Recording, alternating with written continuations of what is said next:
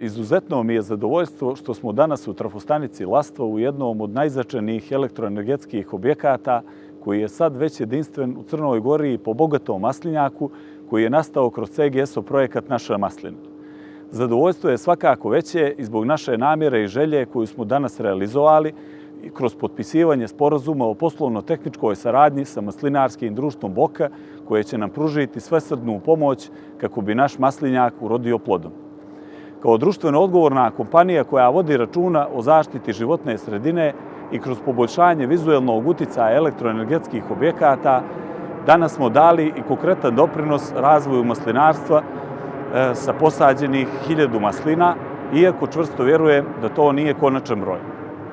Ovim činom nadam se da smo malo uticali na podizanje svijesti o značaju očuvanja životne sredine i ulaganje u nju.